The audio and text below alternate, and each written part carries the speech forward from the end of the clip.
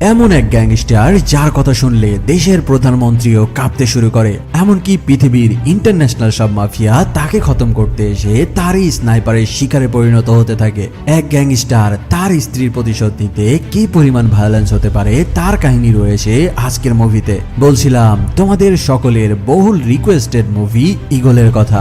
যারা south Indian action movie দেখতে ভালোবাসো তারা অবশ্যই জানো রাভি তেজা নামের এই নায়কের মুভিগুলো কেমন সব অস্থির হয়ে থাকে। তবে মুভির এক্সপ্লেন শুরু করার আগে তোমাদের নিকট আমার বিশেষ অনুরোধ, এই চ্যানেলটা একেবারেই নতুন, যেখানে মাত্র 3000 সাবস্ক্রাইবারও পূরণ হয়নি। তাই তোমরা যারা এই মুভি দেখা শুরু করেছো সকলের কাছে অনুরোধ থাকবে একটা করে সাবস্ক্রাইব করে দেওয়ার জন্য, কারণ তোমরা যদি সাবস্ক্রাইব করে না দাও তবে ভিডিও বানানোর জন্য আমিও অনুপ্রেরণা হারিয়ে ফেলি। আর এভাবেই দেখা যাবে হয়তো বিডি স্টোরি স্টার তোমাদের জন্য ভিডিও বানানো বন্ধ করে দিয়েছে। তোমাদের কাজ হলো শুধুমাত্র একটি করে সাবস্ক্রাইব করে দেওয়া, আর আমার কাজ হলো সপ্তাহে 3টি চ্যানেলে একটি করে মোট 3টি ভিডিও তোমাদেরকে উপহার দেওয়া। সেই সাথে আরো একটি কথা হলো যে এই মুভিটির পুরো কাহিনী বোঝার জন্য তোমাদেরকে ভিডিওটি সম্পূর্ণ দেখতে হবে, কারণ মুভির মারাত্মক সব টুইস্ট গুলো কিছুক্ষণ পর পর রিভিল হতে থাকবে। তো চলো আর কোনো কথা না বাড়িয়ে একটা করে সাবস্ক্রাইব করে দিয়ে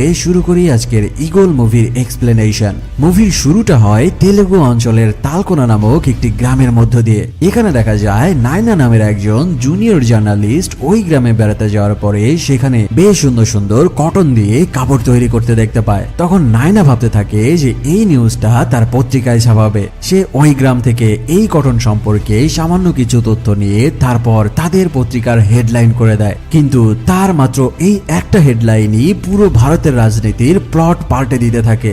নায়নার এই নিউজের হেডলাইন দেখার পরে তার অফিসে এসে পড়তে থাকে ওসি, ডিসি, এমপি সহ পুলিশের ঊর্ধ্বতন কর্মকর্তারা। স্বয়ং প্রধানমন্ত্রী অফিস থেকে কল আসতে থাকে, আর তাদেরকে বলা হয় তারা যেন এই আর্টিকেল তাদের ওয়েবসাইট থেকে নামিয়ে ফেলে। পরের দিন যখন নায়না তার অফিসে আসে তার বস তাকে রুমে ডেকে নানান ভাবে বকাঝকা করতে থাকে, আর তার বস তাকে জানিয়ে দেয় এই আর্টিকেল লেখার জন্য তাদের পত্রিকা অফিস এখন বন্ধ হতে চলেছে। সেই সাথে তাদের অফিসে শত শত পুলিশ এসে পুরো অফিসের মধ্যে তল্লাশি শুরু করতে থাকে, আর অবশেষে ওই পত্রিকা অফিসটি সিলগালা করে বন্ধ করে দেওয়ার লিগ্যাল নোটিশ দিয়ে দেয়। এই সকল কাহিনী দেখে নায়না একেবারেই ভ্যাবাচাকা খেয়ে যায়। সে আসলে বুঝতেই পারছিল না যে তার সামান্য একটা কন্টেন্ট আর্টিকেল লেখার কারণে এত কিছু ঘটে যেতে পারে। কিন্তু তাকেও ছাড় দেওয়া হয় না। তাকে আলাদা একটি রুমে নিয়ে যেয়ে কঠিন ভাবে জেরা করতে শুরু করে কয়েকজন পুলিশ। সেই পুলিশগুলো তাকে জিজ্ঞেস করতে থাকে যে এই কটনের নিউজ সে কোথায় পেয়েছে। যাই হোক, নায়নার অফিস বন্ধ হয়ে যাওয়ার কারণে সে তার চাকরিটিও হারিয়ে ফেলে।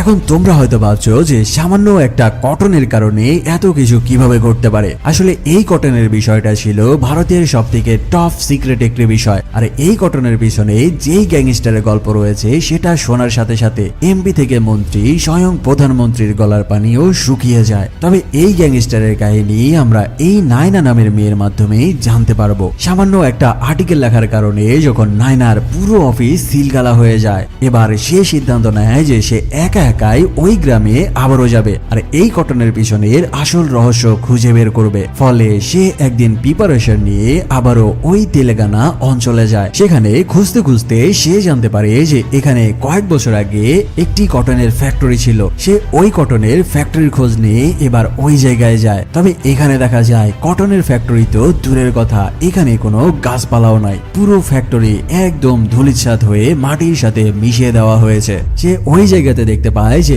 একজন বৃদ্ধ লোক একটি মূর্তিতে ফুল দিয়ে পুজো করছে। তখন সে ওই লোককে জিজ্ঞেস করতে থাকে যে এই মূর্তিতে থাকা লোকটির আসল পরিচয় কি। ওই বৃদ্ধ লোকটি তাকে বলতে থাকে যে এই লোকটি হলো তাদের এই পুরো অঞ্চলের দেবতা। এখানেও সে কোনো তথ্য না পেয়ে এবার সরাসরি চলে আসে ওই তেলেঙ্গানা নামক গ্রামের লোকাল একটি পুলিশ স্টেশনে। সেখানে পুলিশকে যে জিজ্ঞেস করতে থাকে যে এই কটনের ফ্যাক্টরির আসল হিস্ট্রি কি। এই কথা শোনার সাথে সাথে ওই পুলিশ অফিসার বলতে থাকে যে তোমার ভাগ্য ভালো যে তুমি এখনো বেঁচে রয়েছো। যদি তোমার জান বাঁচাতে যাও তবে এই গ্রাম থেকে তুমি চলে যাও। কিন্তু নায়না বুঝতে পারে যে এই কটনের ফ্যাক্টরির পিছনে অবশ্যই তাদের ভারতের সব থেকে বিগ কোনো ইস্যু জড়িত রয়েছে। তাই সে ওই জায়গা থেকে চলে আসে ওই এলাকার লোকাল এমপির বাসায়। কিন্তু তারা যখন জানতে পারে যে এই নায়না নামের নামের মেয়েটি এসেছে কটনের ফ্যাক্টরির ব্যাপারে কথা বলার জন্য।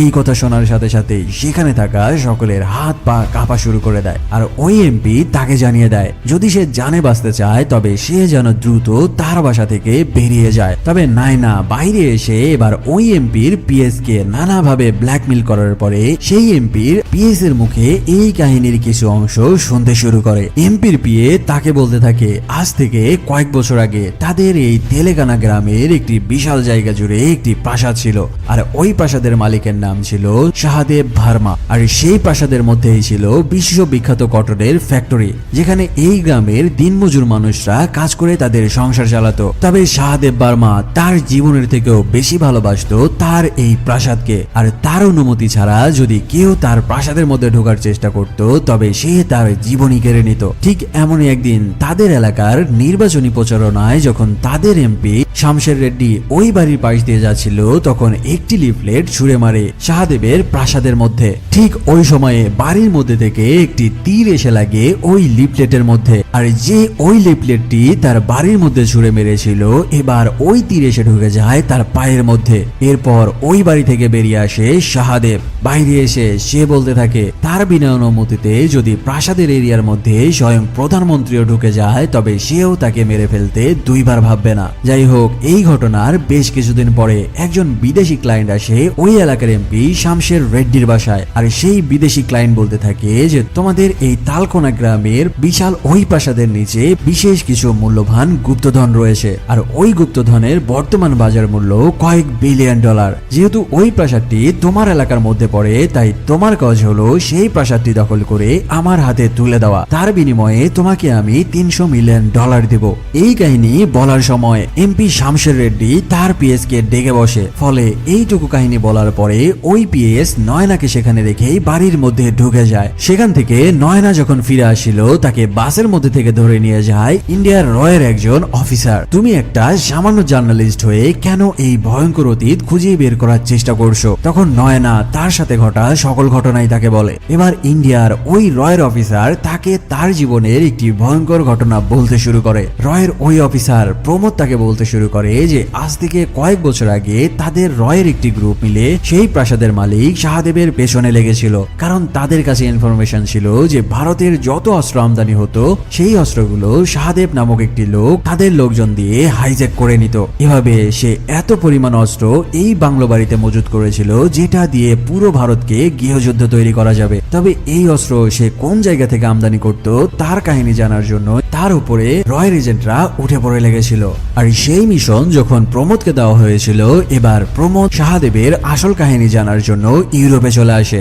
ইউরোপে যাওয়ার পরে তাদের ইনফরমেশন মোতাবেক তারা একজনের সাথে দেখা করে। সেই লোকটা ছিল ইউরোপের সব থেকে বড় স্মাগলার। এখানে প্রমোদ নায়নাকে বলতে থাকে যে আমি যখন শাহদেবের কথা ওই স্মাগলারকে জিজ্ঞেস করি শাহদেবের নাম শোনার সাথে সাথেই সেই স্মাগলার কাঁপতে শুরু করে দেয়। সেই সাথে ওই জায়গা থেকেই দেখতে থাকে যে তার আশেপাশের বিল্ডিং এ শাহদেব চলে এসেছে কিনা। সেই স্মাগলার এত ভয় পেয়ে যায় যে তার সকল বডিগার্ড সহ আগে ওই জায়গা থেকে তার একটি গুপ্ত আস্তানায় চলে আসে। তারপর ওই স্মাগলার আমাকে বলতে থাকে তোমরা যেই লোককে খোঁজ করতে এসেছো এই লোক ইউরোপের সব থেকে ভয়ঙ্কর আতঙ্ক, যেখানে সূর্যের আলো পৌঁছায় না সেখানে তার স্নাইপারের বুলেট ঠিকই পৌঁছে যায়। আর তোমরা যেই শাহদেবকে খুঁজছো এই শাহদেবের আসল নাম হচ্ছে ঈগল। তোমাদের কোনো ধারণা নাই এই ঈগল নামের গ্যাংস্টার কতটা ভয়ঙ্কর। এই সকল কথা বলার পরে ওই স্মাগলার রয়ের এজেন্ট প্রমোদকে তার জীবনের ভয়ঙ্কর একটি ঘটনা বলতে থাকে। সে বলতে থাকে এক রাশিয়ান গ্যাংস্টার এসেছিল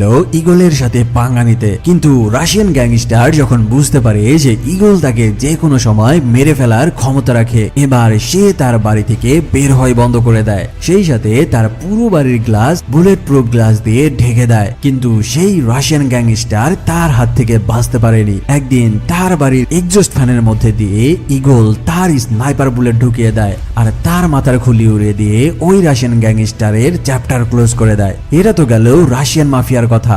একদিন এক আমেরিকান গ্যাংস্টার আসে ঈগল নামের এই লোককে মেরে ফেলার জন্য, কারণ ঈগল এত পরিমাণ অস্ত্র পুরো পৃথিবী থেকে ছিনতাই করে নিয়েছিল যার কারণে বড় বড় গ্যাংস্টারদের ব্যবসার বেশ ক্ষতি হয়েছিল। ফলে আমেরিকান গ্যাংস্টার তার স্পেশাল ফোর্সের একটি টিম নিয়ে আসে ঈগলকে মারার জন্য, আর ঈগলের ঠিকানায় তার সকল ট্রেন্ড অফিসারদেরকে পাঠিয়ে দেয় তাকে হত্যা করার জন্য। স্পেশাল ফোর্সের টিম সেখানে যেয়ে তাদের বাইনোকুলার দিয়ে দেখতে পায় যে সেখানে একটি ছোট্ট কুঁড়ে ঘর রয়েছে। তারা ভাবতে থাকে যে ঈগল হয়তো সেই ঘরের মধ্যেই রয়েছে, ফলে তাদের হাতে থাকা আরপিজি দিয়ে তারা ওই ঘরটিকে একদম মাটির সাথে মিশিয়ে দেয় আর চিল করে ওই জায়গা থেকে ফিরে আসতে থাকে। কিন্তু ঈগল ছিল সেই জায়গা থেকে পাহাড়ের মধ্যে একটি বাংকারের মধ্যে, আর সেই জায়গা থেকে সে তার স্নাইপার দিয়ে এক একজনের খুলি টার্গেট করতে থাকে আর এক একটা শটে সকলের মাথা উড়িয়ে দিতে থাকে। আর এদিকে স্পেশাল ফোর্সের আর্মিরা বুঝতেই পারছিল না যে স্নাইপার শটগুলো তাদের উপরে কোন দিক থেকে আসছে। এখানে ঈগল যে কয়টা হেডশট দিয়েছে তা তুমি গুণে শেষ করতে পারবে না। এভাবে এক একজনকে ধরে ধরে স্নাইপার টার্গেট করতে থাকে আর হেডশট দিয়ে তাদের মাথার খুলি উড়িয়ে দিতে থাকে। সবাইকে ডাউন করার পরে এবার সে তার আস্তানা থেকে বাইরে বেরিয়ে আসে। তবে সেই সময়ে একজন স্পেশাল ফোর্সের আর্মি তখনও বেঁচে ছিল, কিন্তু আজ পর্যন্ত যারা ঈগলকে দেখে ফেলেছে তারা আর কেউ বাঁচতে পারেনি। ফলে ঈগল এসে ওই লোককে তার স্নাইপার শট দিয়ে পানির মধ্যে ফেলে দেয়।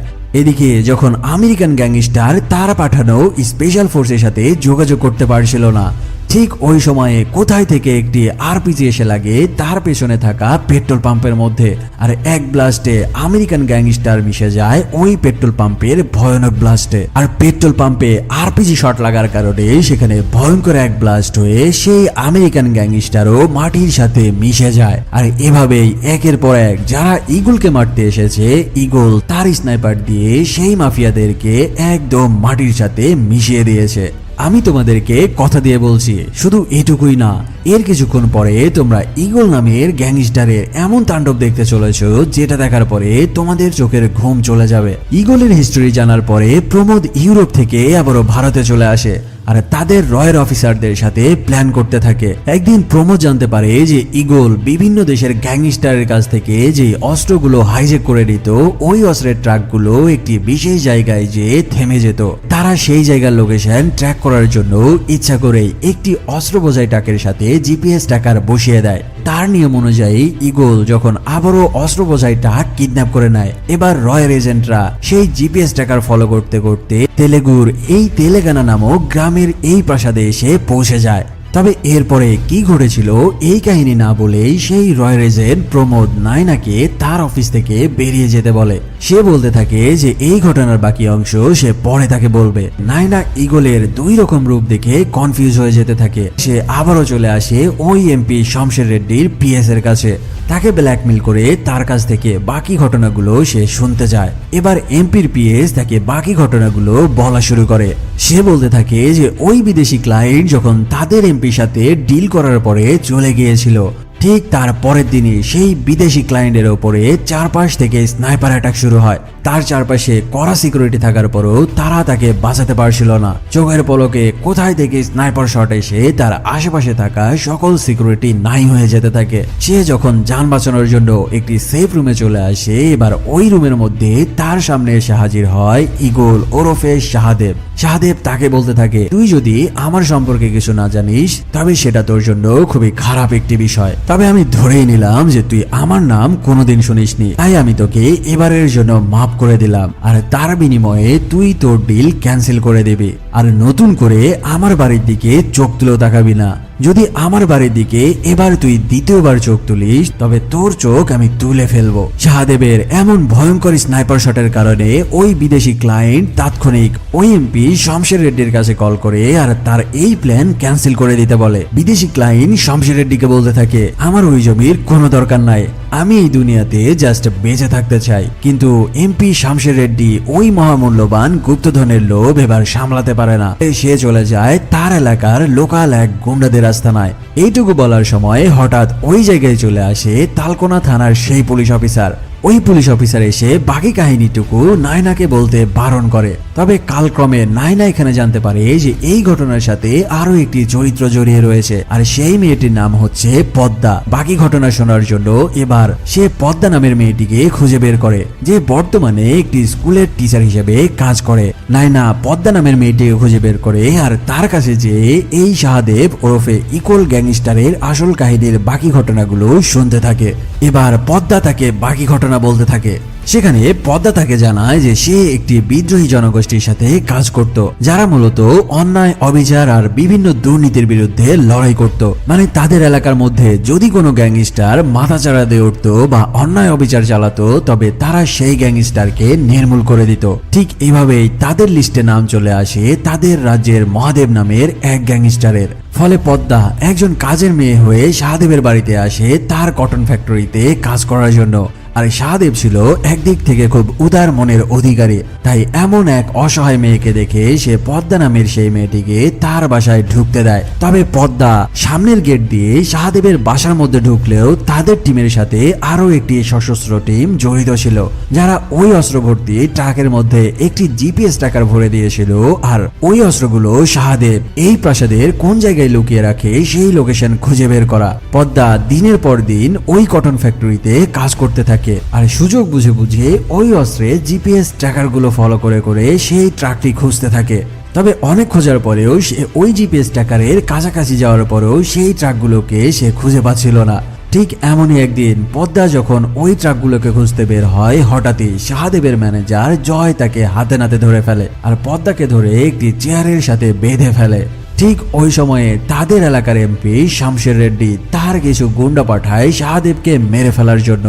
কিন্তু সেই কাহিনী শাহদেব তার বাড়ির চারপাশে লাগানো সিসি ক্যামেরায় দেখে ফেলে। ফলে শাহদেব তার ম্যানেজার জয়কে বলতে থাকে যে তার বাড়ির মধ্যে কয়জন গুন্ডা ঢুকেছে। জয় সিসি ক্যামেরা দেখে গুনে গুনে তাকে বলে দেয় যে মাত্র 15 জন ঢুকেছে। এই কথা শুনে শাহদেব তাকে বলতে থাকে যে গেট বন্ধ করে দিতে। এবার সে শামশের রেড্ডির পাঠানো গুন্ডাদেরকে এক একটা ধরতে থাকে আর এক একজনকে শুট করে করে মাটিতে শুইয়ে দিতে থাকে।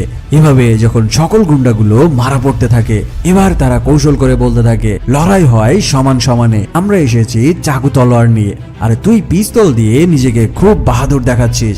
এই কথা শোনার পরে শাহদেব তাদেরকে 2 কার্টুন অস্ত্র ধরিয়ে দেয়, যার মধ্যে ছিল মারাত্মক সব শটগান। কিন্তু তারা এই অস্ত্র নেওয়ার পরেও শাহদেবের সাথে পেরে উঠছিল না। এভাবেই সেখানে থাকা 14 জনকে হেডশট দিয়ে সে মাটিতে ফেলে দেয়। বাকি রয়েছে শুধুমাত্র একজন। তবে এখানে শাহদেব তাকে সরাসরি মেলে না ফেলে তার পায়ে শটগান লাগিয়ে ফায়ার করতে থাকে, আর তার পা একদম ঝাঁঝরা করে দিতে থাকে। তারপর তাকে একটি ট্রাকের ড্রাইভার সিটে বসিয়ে দেয়, আর সেই ট্রাকের মধ্যে মাত্রই হত্যা করা সেই 14 জন মানুষকে তুলে দেয়। আর ওই পাঞ্চাল নামক লোককে বলতে থাকে যে যা, তোকে আজকে ছেড়ে দিলাম, যেন তুই এই মরদেহগুলো এমপির বাড়ি পর্যন্ত নিয়ে যেতে পারিস। কাহিনীর এতটুকু বলার পরে পদ্মা নায়নাকে বলতে থাকে যে এরপরের বাকি অংশটুকু তুমি রয়ের এজেন্ট প্রমোদের কাছে জানতে পারবে, কারণ এই প্রমোদও শাহদেবের প্রাসাদের মধ্যে ঢুকে ধরা পড়ে গিয়েছিল। আর এরপরে তাদের সাথে কি ঘটেছিল তার সকল কাহিনী একমাত্র প্রমোদই তোমাকে বলতে পারবে, কারণ এরপরে যেই ভয়ঙ্কর ঘটনাগুলো ঘটেছিল সেটা শোনার পরে তোমার বুকও কেঁপে উঠবে। সেখানে কোনো উপায় না পেয়ে নায়না আবারও চলে আসে ওই রয়ের এজেন্ট প্রমোদের কাছে, আর তাকে বলতে থাকে যে শাহদেবের বাড়ির ভেতরে আসলে কি ঘটেছিল। এবার প্রমোদ তার বলা ঘটনার বাকি অংশটুকু নয়নাকে বলতে থাকে। যখন চারিদিক থেকে শাহদেব নামের এক লোকের রিপোর্ট তাদের অফিসে ভরে যেতে থাকে, সেই সাথে বিদেশি বড় বড় গ্যাংস্টারের লিস্টে শাহদেবের নাম উঠে যেতে থাকে। কারণ এই শাহদেব এত পরিমাণ অস্ত্র তার গোডাউনে হাইজ্যাক করে এনে মজুত করেছিল, যেটা দিয়ে পুরো ইন্ডিয়াকে নামিয়ে ফেলা সম্ভব। ইন্ডিয়ার এজেন্টরা তাদের নিজের দেশের মধ্যে এমন ভয়ঙ্কর মানুষকে আর বাঁচিয়ে রাখতে চায় না। রয়ের এজেন্টরা তাদের স্পেশাল ফোর্স ও স্পেশাল ব্রাঞ্চের সাথে মিটিং এ বসে, আর এখান থেকেই সিদ্ধান্ত হয় যে করে হোক তারা ছলে বলে কৌশলে শাহদেবের বাড়ির মধ্যে পৌঁছাবে, আর তারপর একবার তাকে হাতে নাতে অস্ত্র সহ ধরার পরে তাকে এনকাউন্টার করে খালাস করে দেবে, আর তার মজুত করা সকল অস্ত্রগুলো রাষ্ট্র ভান্ডারে জমা করে দেবে। আর যদি তারা এই কাজে ব্যর্থ হয় তবে তাদের এক বিশাল স্পেশাল ফোর্সের টিম থাকবে শাহদেবের বাড়ির বাইরে। যদি শাহদেব কোনো ঝামেলা করতে চায় তবে তাকে সহ তার পুরো বাড়ি উড়িয়ে দিবে এই স্পেশাল ফোর্সের টিম। ঊর্ধ্বতন কর্মকর্তাদের এই প্ল্যান মোতাবেক প্রমোদ একজন ইলেকট্রিশিয়ান সেজে শাহদেবের বাড়ির ভেতরে ঢুকে যায়। কিন্তু শাহদেব প্রমোদকে দেখে বলতে থাকে যে আমার বাড়িতে ইলেকট্রিশিয়ান লাগবে এটা সত্য, কিন্তু রয়ের এজেন্ট লাগবে এটা তো জানি না। এই কথা বলার সাথে সাথে শাহদেবের ম্যানেজার জয় প্রমোদের দিকে একটি ফাইল ছুড়ে দেয়, আর ওই ফাইলটি দেখার পরে এবার প্রমোদ দেখতে পায় যে এতদিন ধরে তারা যে প্ল্যান করেছিল আর যত যত ফোর্সের সাথে মিটিং করেছে তার প্রত্যেকটা ফটো তার কাছে রয়েছে। যখন প্রমোদ বুঝতে পারে যে সে শাহদেবের হাতে ধরা পড়ে গেছে, এবার শাহদেবের বাড়ির পেছনে থাকা স্পেশাল ফোর্সের টিমকে সিগন্যাল পাঠাতে যায়, কিন্তু শাহদেব তাকে বলতে থাকে এই বাড়ির মধ্যে ঢোকার পরে এখানের সকল নিয়ম আমার নিয়মেই চলে, তোর হাতে থাকা ওই ডিভাইস এই বাড়ির এরিয়ায় থাকার মধ্যে কাজ করবে না। এবার শাহদেবের ম্যানেজার জয় প্রমোদকেও ধরে ওই মেয়ে পদ্মার সাথে একই রুমের মধ্যে বেঁধে রাখে। আর এই রুমেই যাওয়ার পরে প্রথমবারের মতো প্রমোদ দেখতে পায় যে এ পর্যন্ত লুট করা অস্ত্রগুলো শাহদেব আসলে কোথায় লুকিয়ে রাখতো। প্রমোদ দেখতে পায় যে তাকে যে রুমে নিয়ে আসা হয়েছে ওই রুমের পুরোটাই জুড়ে শুধু অস্ত্র আর অস্ত্র সাজিয়ে রাখা। ঠিক ওই সময়ে প্রমোদ তার পেছনে দেখতে পায় যে বিশাল এক মনিটরে শাহদেবের পুরো বাড়ির চারপাশের সিসিটিভি ক্যামেরার ভিডিও চলছে। আর বিশাল একটি স্পেশাল ফোর্সের টিম যে শাহদেবের বাড়ির পেছনে অবস্থান করছে এই সিনগুলো ওই সিসিটিভি ক্যামেরার মধ্যে স্পষ্টভাবে দেখা যাচ্ছে। এদিকে বাইরে থেকে যখন স্পেশাল ফোর্সের টিম প্রমোদের কোনো সাড়া পাচ্ছিল না, তারা বুঝতে পারে যে প্রমোদ শাহদেবের হাতে ধরা পড়ে গেছে। তাই এবার স্পেশাল ফোর্স তাদের অফিস থেকে পারমিশন নেয় যে শাহদেবের বাড়ির উপরে অ্যাটাক করার জন্য। পরিবেশ সবকিছু অ্যানালাইসিস করার পরে এবার তাদের মেইন অফিস থেকে পারমিশন দিয়ে দেয় শাহদেবের পুরো বাড়ি সহ শাহদেবকে একদম ধুলোর সাথে মিশিয়ে দেওয়ার জন্য। পারমিশন পাওয়ার সাথে সাথেই স্পেশাল ফোর্সের সবাই রেডি হতে থাকে তার উপরে আক্রমণ করার জন্য। তবে ঠিক ওই সময়ে পদ্মা যেই গ্যাংয়ের সাথে কাজ করত ওই গ্যাংয়ের লোকজন স্পেশাল ফোর্সের আগেই শাহদেবের বাড়ির উপরে আক্রমণ করে বসে, কারণ বেশ কয়েকদিন ধরে তারা পদ্মার সাথে যোগাযোগ করতে না পারার কারণে তারাও বুঝে গেছিল যে পদ্মা হয়তো শাহদেবের হাতে ধরা পড়ে গেছে। যখন স্পেশাল ফোর্স দেখতে পায় যে একটি সশস্ত্র বিদ্রোহী বাহিনী শাহদেবের বাড়ির উপর দিয়ে আক্রমণ করতে যাচ্ছে, এবার তারা একটু পেছনে সরে যায় আর কাহিনী কি ঘটে সেটা দেখার জন্য আড়াল থেকেই অপেক্ষা করতে থাকে। তোমাদেরকে আমি আগেই বলে দিয়েছি শাহদেব নামের এই লোকটা তার জীবনের থেকেও বেশি ভালোবাসে শুধুমাত্র তার এই বাড়িটাকে। আর তার অনুমতি ছাড়া কেউ যদি তার বাড়ির মধ্যে একটা পাতাও ফেলে তবে তার কি অবস্থা হতে পারে সেটা তোমরা প্রথমেই দেখেছো। এবার শাহদেব তার ক্যামেরায় দেখতে পায় যে তার পুরো বাড়ির আশেপাশে স্পেশাল ফোর্সের একটি টিম সহ একটি সশস্ত্র বাহিনী ঘিরে নিয়েছে। এবার শাহদেব তার ম্যানেজারকে অর্ডার করে যে বাইরে থাকা মাইকে একটি সাইরেন বাজিয়ে সবাইকে সিগন্যাল দিতে। শাহদেবের ম্যানেজার জয় সেখান থেকে একটি হুইসেল বাজিয়ে দেয়। আর শাহদেবের এই হুইসেল মানে হচ্ছে সবাইকে একদম 3rd নাম্বার সতর্ক বানিয়ে দেওয়া। আর যদি কেউ এই হুইসেল অমান্য করে তবে তার পরিণাম যে কি ভয়ঙ্কর হতে পারে তোমরা এখনই দেখতে পারবে। এই হুইসেল শোনার পরে আশেপাশে থাকা সকলেই বেশ ভয় পেয়ে যায়, তবে তারা বুঝতে পারছিল না যে এর পরিণাম কতটা ভয়ানক হতে পারে। যখন বিদ্রোহী সশস্ত্র বাহিনী হুইসেল অমান্য করে শাহদেবের বাড়ির মধ্যে ঢুকতে যায়, এবার শাহদেব তার স্নাইপার দিয়ে টার্গেট করে ওই বিদ্রোহী বাহিনীদের এক একজনের খলি উড়িয়ে দিতে থাকে। কিন্তু যখন বাড়ির মধ্যে আরো বেশি সংখ্যক বিদ্রোহী ঢুকে যেতে থাকে, এবার শাহদেব তার বাড়ির সামনে গ্রিলের মধ্যে রাখা মেশিন গান গুলো সেট করে দেয়। আসলে বাইরে থেকে যেগুলোকে দেখে গ্রিলের মতো মনে হচ্ছে এগুলো ছিল এক একটা মেশিন গানের নল। এবার মেশিন গান গুলো অ্যাক্টিভ হয়ে যাওয়ার পরে সেখান থেকে হাজার হাজার বুলেট ছুটে আসতে থাকে বিদ্রোহী বাহিনীর দিকে। সেখানে হাজার হাজার মেশিন গানের নলের মধ্যে থেকে এমন পরিমাণ তাণ্ডব শুরু হয়ে যায় ওই বিদ্রোহীরা পাখির মতো মারা পড়তে থাকে। আর শাহদেবের এই ভয়ঙ্কর তাণ্ডব স্পেশাল ফোর্সের বুকে থাকা ক্যামেরা দিয়ে লাইভ দেখছিল তাদের রয়্যাল এজেন্টের অফিসাররা। শাহদেবের বাড়ির সামনে সেট করা এই মেশিন গানের ভয়ঙ্কর তাণ্ডব দেখে তাদের মাথার ঘাম ছুটে যায়। যাই হোক, সেখানে শাহদেব তার স্নাইপার সহ মেশিন গান দিয়ে এমন ভয়ঙ্কর তাণ্ডব চালায় যে মাত্র কয়েক মিনিটের মধ্যে সে ওই জায়গাটি একদম গ্যাং শূন্য করে ফেলে। আর ফাইনালি ভয়ঙ্কর এক তাণ্ডব চালানোর পরে সবাইকে ডাউন করা হলে শাহদেব তার ম্যানেজার জয়কে বলতে থাকে যে মেশিন গান গুলো আবারও তুলে নিতে। এমন ভয়ঙ্কর একটা তাণ্ডব দেখার পরে রয়ের মেইন অফিস থেকে তাদের স্পেশাল ফোর্সের অফিসারদেরকে জানানো হয় যদি ভুল করো তোরা আগে হামলা করতি তবে এই ভয়ঙ্কর হামলার শিকারে পরিণত হতি। তাই ভাগ্য ভালো আছে, জান বাঁচাতে হলে ওই জায়গা থেকে তোরা দ্রুত ফিরে আয়। এই ঘটনাটুকু বলার পরে এবার প্রমোদ থেমে যায় আর তাকে বলতে থাকে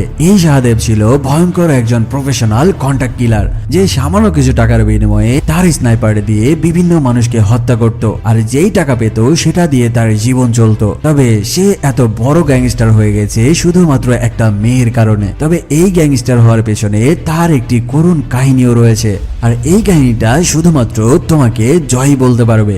আর এই জয় নামের লোকটাই হলো শাহদেবের সেই ম্যানেজার। কারণ সে গ্যাংস্টার হওয়ার আগে তার জীবনে এমন ভয়ঙ্কর কাহিনী রয়েছে যেটা একমাত্র জয় ছাড়া আর কেউই জানে না। শাহদেবের আগের জীবনের কাহিনী জানতে এবার নায়না শাহদেবের সেই ম্যানেজার জয়কে খুঁজতে খুঁজতে অবশেষে ইউরোপের লন্ডনে চলে আসে। আর এভাবে বেশ কয়েক মাস খোঁজার পরে অবশেষে সে শাহদেবের ম্যানেজার জয়কে খুঁজে পায়। সে জয়কে যখন শাহদেবের বিষয়ে জিজ্ঞেস করে, এবার জয় তাকে বলতে থাকে, তুমি যখন আমাকে খুঁজতে খুঁজতে আমার পর্যন্ত পৌঁছাতে পেরেছো, তবে এই কাহিনী জানার তোমার অধিকারও রয়েছে। এবার জয় নায়নাকে শাহদেবের আগের জীবনের একটি ঘটনা বলতে থাকে। আসলে আগে শাহদেব ছিল একজন শার্প শুটার স্নাইপার, যে কখনো কখনো বড় বড় মাফিয়াকে তার স্নাইপার দিয়ে টপকে দিত, আর তার বিনিময়ে সে মোটা পরিমাণ টাকাও নিত। আর ওই সময় থেকে জয় তার ম্যানেজার হিসেবে কাজ করত।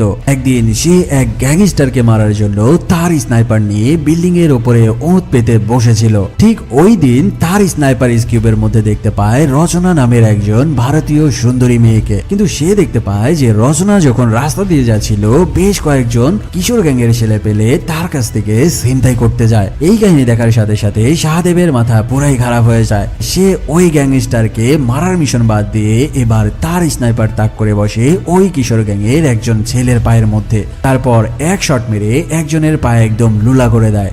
এরপর সেখানে থাকা আরেকজন যেই রচনার গায়ে হাত দিতে যায়, সে আরেকটা শট দিয়ে তারও হাত পঙ্গু করে দেয়। এই কাহিনী দেখে রচনা বুঝতে পারছিল যে কেউ হয়তো তাকে দূরে থেকে হেল্প করছে। আর এমন ভয়ঙ্কর স্নাইপার শট খাওয়া দেখে বেঁচে থাকা একজন সকল জিনিসপত্র রচনাকে ফিরিয়ে দিয়ে ওই জায়গা থেকে জান নিয়ে পালায়। আর এভাবেই শাহদেব প্রত্যেক দিন দূরে থেকেই রচনাকে দেখতে থাকে স্নাইপার স্কিউব দিয়ে। এখানে তোমাদেরকে ছোট্ট একটা কাহিনী বলে রাখি, তোমরা মুভির শুরুতে শাহদেবের যেই কটন ফ্যাক্টরি দেখেছিলে, আসলে ওই কটন ফ্যাক্টরির আসল মালিক ছিল এই রচনা। আর সেই কাহিনী তোমাদের এবার খুলে বলছি।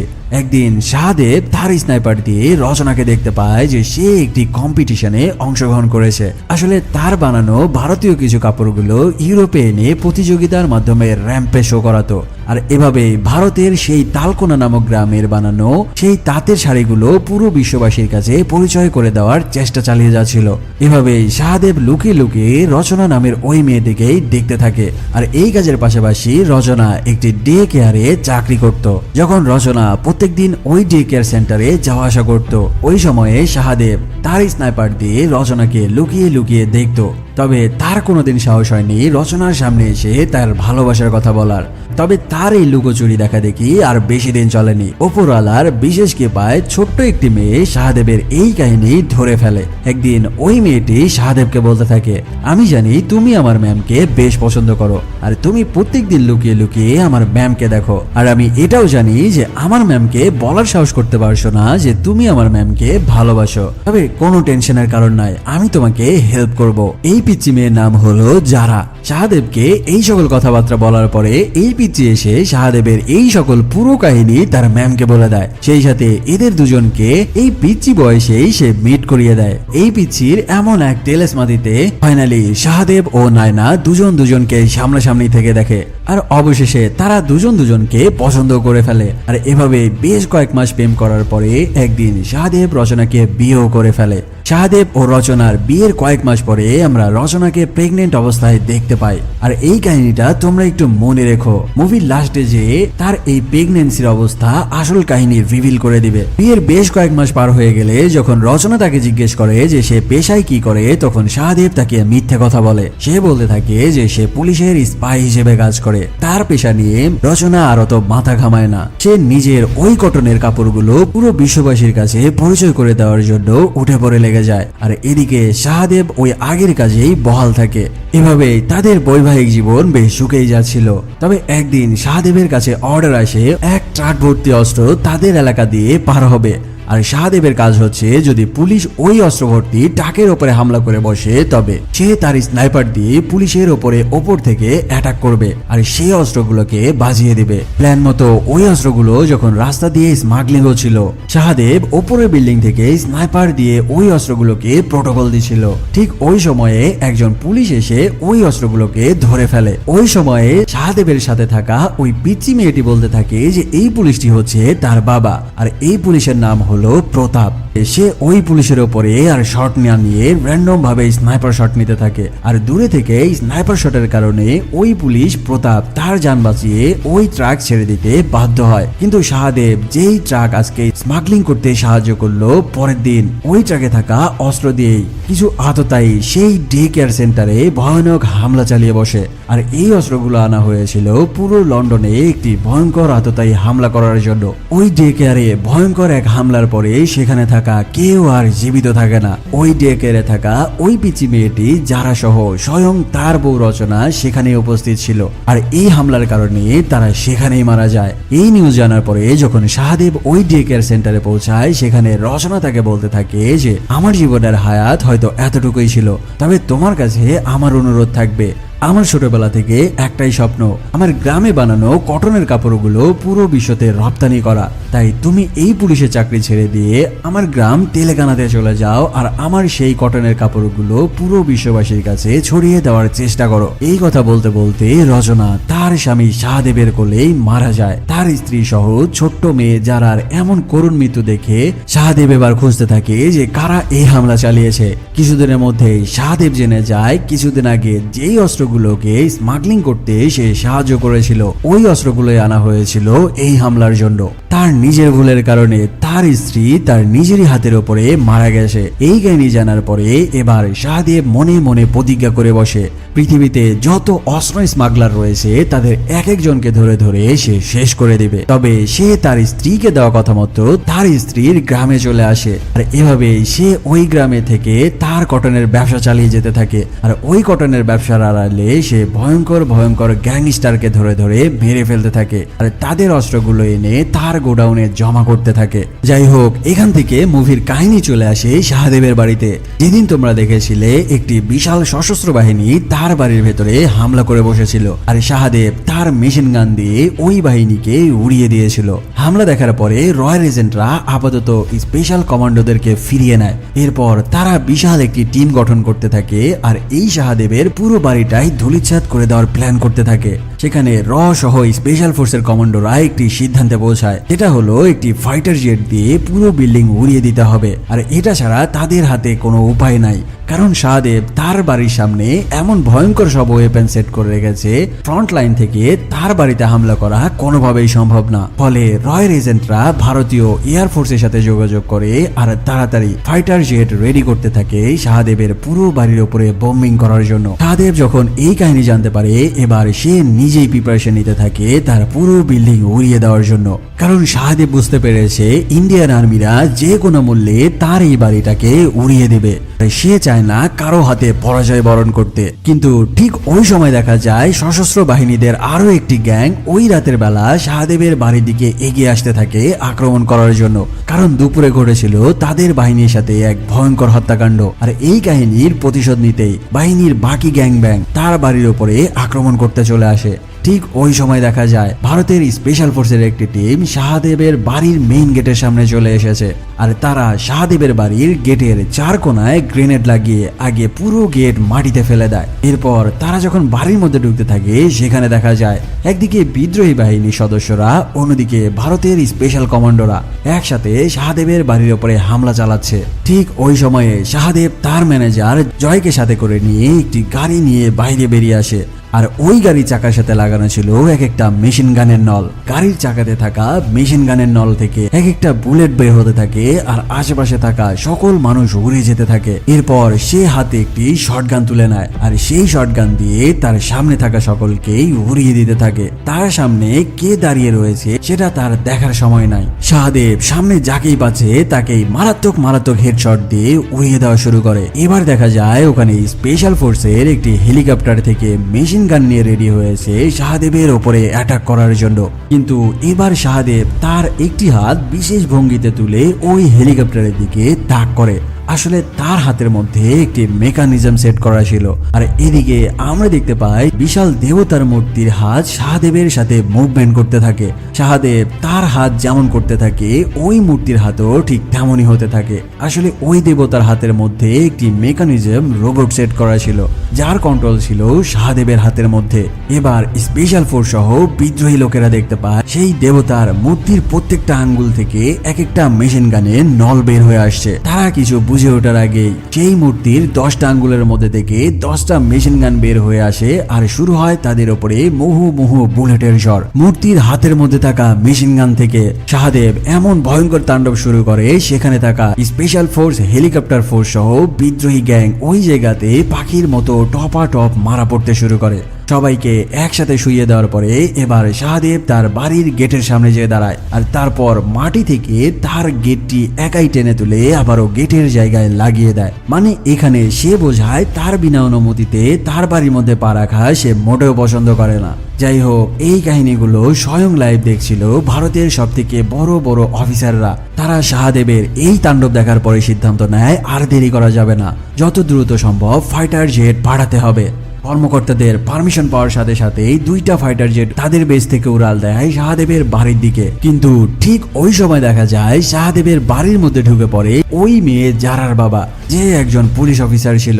তোমাদের তো অবশ্যই মনে রয়েছে যেদিন শাহদেব ওই অস্ত্র ভর্তি তাকে সাহায্য করেছিল স্মাগলিং হতে, সেদিন এই প্রতাপ নামের পুলিশটাই তার সামনে ছিল। প্রতাপ এসে শাহদেবকে মারতে থাকে আর তাকে বলতে থাকে, তুই যদি সেদিন ওই স্মাগলিং এ সাহায্য না করতি তবে আজকে আমার মেয়ে বেঁচে থাকতো। আর ওই দিন হামলার কারণে যারা নামের পিচ্চি মেয়েটি মারা যাওয়ার কারণে শাহদেব নিজেকেও দোষী মনে করতে থাকে, ফলে সে প্রতাপকে আর বাধা দেয় না। তবে এক পর্যায়ে মারামারির সময়ে শাহদেব তাকে বলতে থাকে, সেদিনের হামলায় তুই শুধু তোর মেয়েকে হারাসনি, বরং আমিও আমার স্ত্রীকে হারিয়েছিলাম।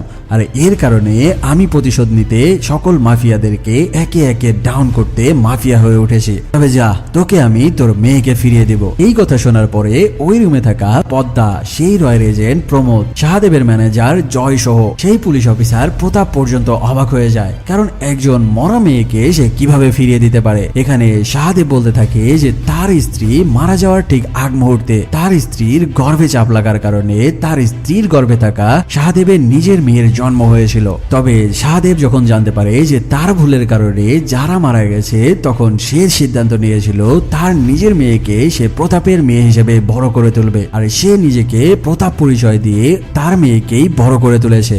এমনকি এত কয় বছর ধরে শাহদেব যখন তার মেয়ের সাথে কথা বলতো, নিজেকে প্রতাপ পরিচয় দিয়ে কথা বলতো। এই সকল কথাবার্তা বলার পরে শাহদেব তার বাড়ির মধ্যে থাকা ওই মেয়ে পদ্মা, রয়ের এজেন্ট প্রমোদ, সেই পুলিশ অফিসার প্রতাপ সহ স্বয়ং তার ম্যানেজার জয়কে তার বাড়ির গেটের বাইরে বের করে দেয়। এরপর সে একদম গেট কপাট লাগিয়ে তার রুমের মধ্যে চলে যায়। ঠিক ওই সময় দেখা যায় একটি ফাইটার জেট শাহদেবের বাড়ির দিকে দ্রুত গতিতে এগিয়ে আসে, কিন্তু ওই ফাইটার জেট শাহদেবের বাড়ির আশেপাশে আসার আগেই হঠাৎ শাহদেবের বাড়িতে ভয়ানক ব্লাস্ট শুরু হয়ে যায়। মানে শাহদেব পুরো বাড়িতে বোমা সেট করে রেখেছিল, আর এভাবেই সে একটা একটা ব্লাস্ট করতে থাকে আর পুরো বাড়ি এক এক দিক থেকে ধ্বংস করতে থাকে। আস্তে আস্তে দেখা যায় শাহদেবের এই শখের পুরো বাড়ি তার স্ত্রীর কটনের সেই ফ্যাক্টরি আর সেখানে মজুদ রাখা হাজার হাজার অস্ত্রগুলো এই ব্লাস্টে মাটির সাথে মিশে যেতে থাকে। আর এভাবেই শাহদেবের এই রাজত্ব এখানেই ধ্বংস হয়ে মাটির সাথে বিলীন হয়ে যায়। যাই হোক, এখান থেকে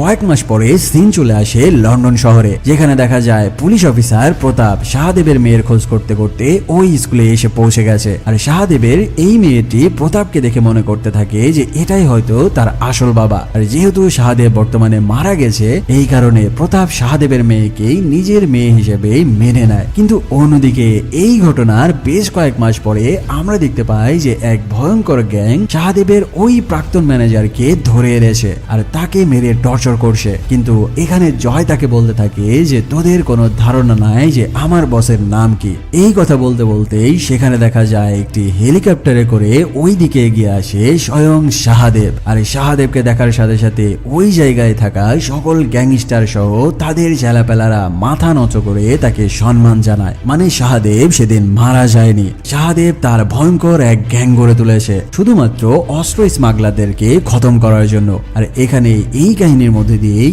এই মুভির শেষ হয়। হয়তো ঈগল মুভির দ্বিতীয় পার্ট আসবে, যদি আসে তবে আমার চ্যানেলে সবার আগে এক্সপ্লেন ভিডিও পেয়ে যাবে। যারা এ পর্যন্ত ভিডিওটি দেখতে দেখতে চলে এসেছো কিন্তু এখনো সাবস্ক্রাইব করোনি, প্লিজ একটি অনুরোধ রইল সাবস্ক্রাইব করে দেওয়ার জন্য, কারণ তোমাদের এক একটা সাবস্ক্রাইব আমার ভিডিও বানানোর অনুপ্রেরণা। দেখা হচ্ছে খুবই দ্রুত নতুন আরো কোনো মুভির এক্সপ্লেনেশন নিয়ে। সে পর্যন্ত ভালো থাকো, সুস্থ থাকো।